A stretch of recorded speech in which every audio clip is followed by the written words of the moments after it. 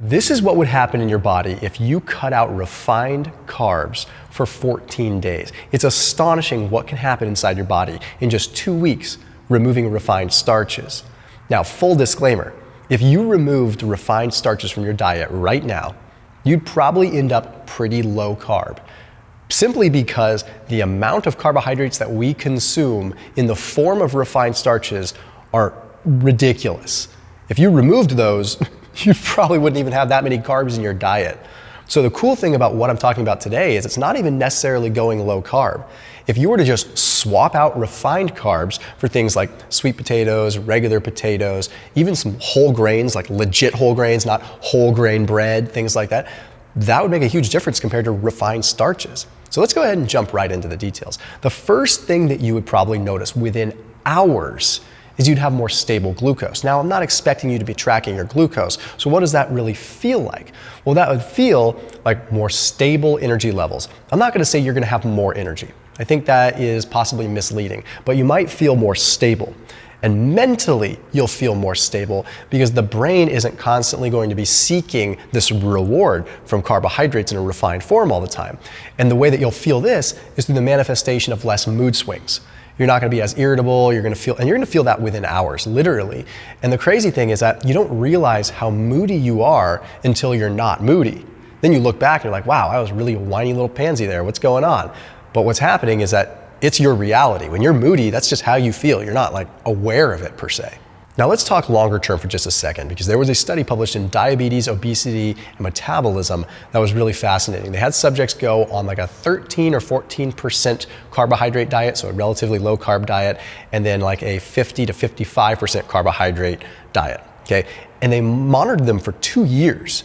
And at the end of the 2 years, they found that the lower carb group was able to get off their diabetes medications much, much more, and they had overall better glucose management. So long term, this is clearly a good solution. And the cool thing is, like a 13 to 20% carbohydrate range is not even keto. You're not doing keto, you're just eating like probably some whole grains, some fruit, things like that. Now with this, there was a 6-month study that demonstrated that insulin levels went down significantly in a similar kind of fashion with a lower carb protocol, and insulin sensitivity improved dramatically, and we'll talk about what that will feel like. So with this, seeing that insulin levels drop relatively quick, you'll probably notice after about 2 or 3 days, you start peeing a lot more. But don't worry, that'll correct. That'll get better. You won't be peeing a lot forever. In fact, this is a good thing. The reason you're peeing so much is you're losing that excess water. You're losing water weight. For one, you're probably consuming less carbs, so that glycogen is releasing and you're urinating more water out. But also, when insulin levels are low, because you're not constantly spiking it with these high glycemic refined starches, that triggers the kidneys to expel excess water. Okay? So that means you're going to pee more until your body is acclimating. This is great though. You're probably gonna notice you lose a few pounds too, because you're losing immediate water weight. Now, you might think, oh, this is water weight, so it's just water weight. But that's water weight that should not have been there in the first place. It's inflammation-related water weight, all this. So the fact that that water weight is gone is a great thing. If you lost 5 pounds in water weight, you don't expect to just gain that back, because I hope you don't go back to the previous way of eating. Now, within about 5 to 7 days, and that's what the data shows, you're gonna start to notice more insulin sensitivity, which means that the cells are going to be able to receive the signal from insulin better. But what does that feel like? Like, we know it sounds good, but what does it feel like? Well, I want you to imagine that your cells are able to use the fuel that you're giving them better. You see, now when you eat good quality carbohydrates, you're gonna actually feel nourished and feel energized, compared to just maybe a little bit cracked out and crazy, right? And then crash. You're gonna feel stable. It's like you filled your gas tank up and your car is efficiently using the fuel, rather than like running out of gas, pouring jet fuel in your carburetor, and then going until you run out of fuel again, and then it's this crazy cattywampus thing. Now, the other thing you'll notice is when you work out, you feel like you're actually using the fuel that you're giving your body. So you actually feel like, wow, if I have carbs, I feel like I can burn it, rather than just like feeling foggy and crashing. Now, when you start creeping up to like 7 days, 10 days, that's when you'll really start noticing a change in your cognition. Okay, immediately within hours, you'll notice like stabilization of mood and maybe a little bit clearer. But after like 7, 10 days, you start like literally feeling smarter. There was a study published in the journal Public Health Nutrition. It took a look at 245 kids, and they monitored what they ate, and they gave them food questionnaires and all this. And even after adjusting for confounders, they found that there was a very strong correlation between the amount of refined starches and their nonverbal intelligence.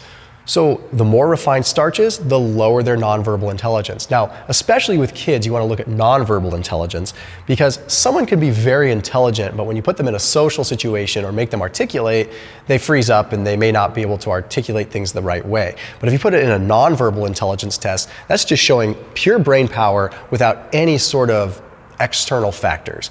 But that's observational and somewhat correlative. So with this, we look at data from rats published in the journal Neuroscience that found that higher carb meals tended to lead to lower levels of synapsin 1, which is required for neurotransmitter release within the brain. So what that means is in order to release serotonin, in order to release dopamine and have proper functioning of the brain, we need synapsin 1. And if we have too many carbs, it starts to drop, especially refined starch. Also decreases in CREB, which is associated with memory, but most importantly, decreases in what is called brain-derived neurotrophic factor, BDNF, and less spatial memory. So overall, what that meant is less brain performance, period.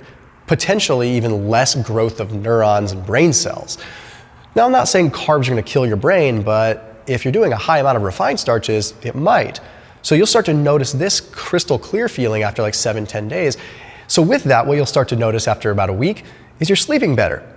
Now, you're not going to fall asleep as fast. You might fall asleep about the same speed, or maybe it might even take you a minute or two longer to fall asleep. Sleep onset can be positively affected by hyperglycemia. However, 3 hours, 4 hours into your sleep, you might notice, hey, I'm actually still sleeping. Or you wake up to go pee and you actually fall back asleep. And the reason behind this is simply because the brain isn't having these crazy undulations. Now, before I get into this next one, it's interesting to monitor this kind of thing, and I've monitored it myself. If you want to watch like what your glucose is doing, I would highly recommend that you wear a continuous glucose monitor, which up until recently was kind of hard to get your hands on, but I popped a link down below for a company called Signos. So Signos can provide you with a continuous glucose monitor so you can watch your glucose in real time. So if you're going to do an experiment like this, like I did on myself, where you cut out carbohydrates, you cut out refined starches, you can literally see the difference in your glucose and see how much more stable it is. And you can correlate that independently with your mood. You can correlate that with your sleep. Like if my glucose is stable, I sleep. If my glucose is wacky, I don't sleep.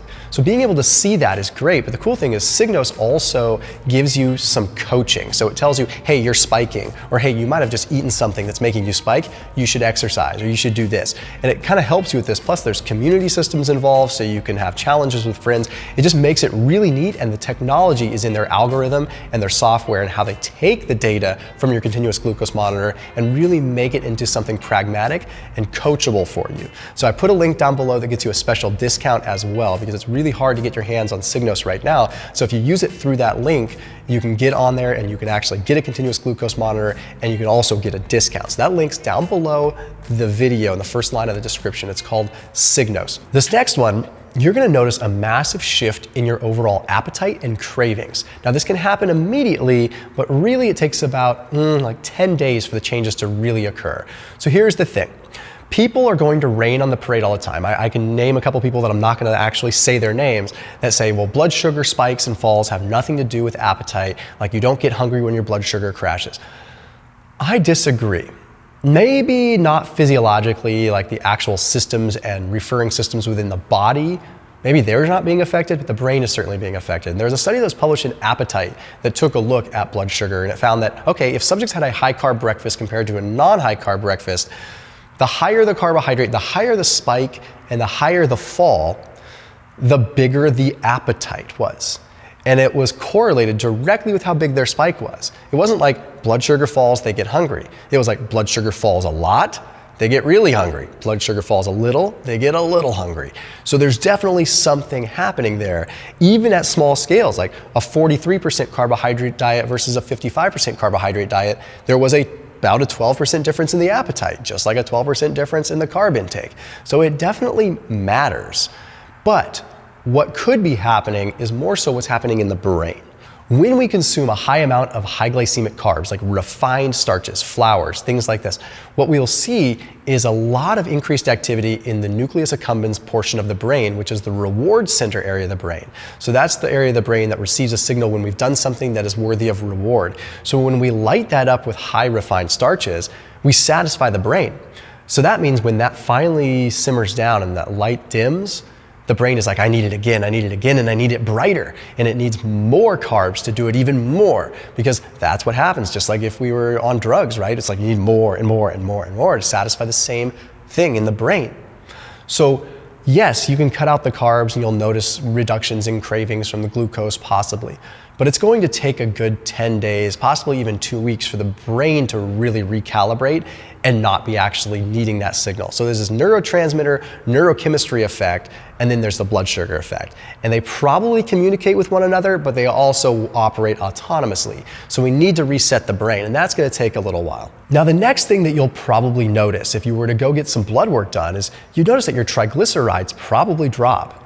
Okay, people think triglycerides and they think that's fat. Because if triglycerides build up too much, then yes, that can absolutely be a huge risk factor for a cardiovascular event, a cardiac risk, right?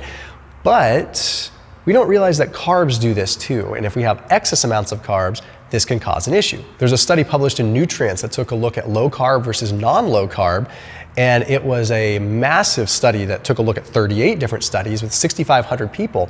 They found that lower carbohydrates led to lower triglycerides and better weight loss. And this isn't to rain on a higher carb diet. I'm not even saying that. I'm just saying the fact that if you reduce these refined starches, there's a good chance you'll see your triglycerides drop because most of us are consuming too many. What happens is the liver increases triglyceride production when insulin levels are high. So if insulin is high, it's going to create more of these enzymes that contribute to fat formation from the liver. And I want you to consider this. If you've been consuming high carbohydrate diets for a long time and you're insulin resistant, that means your muscle cells are no longer receiving the signal from insulin very well. So that means that glucose is going to circulate even more and insulin is going to be elevated even more. But where's that glucose going to go if it can't go to the muscle? Where's it going to go? It goes to the liver. And what's the liver going to do with it?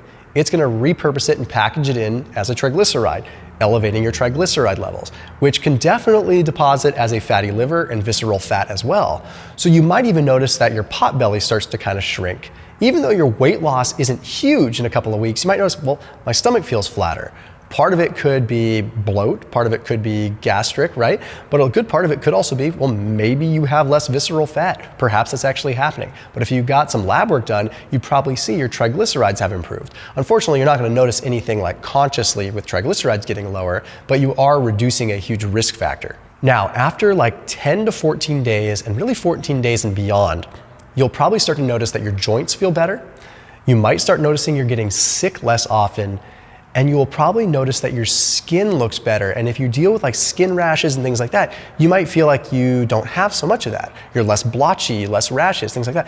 That probably has to do more so with inflammation. Now, this can definitely affect the brain too. You could feel foggy and then have it clear, right? So there's a study published in the American Journal of Clinical Nutrition that was pretty darn clear.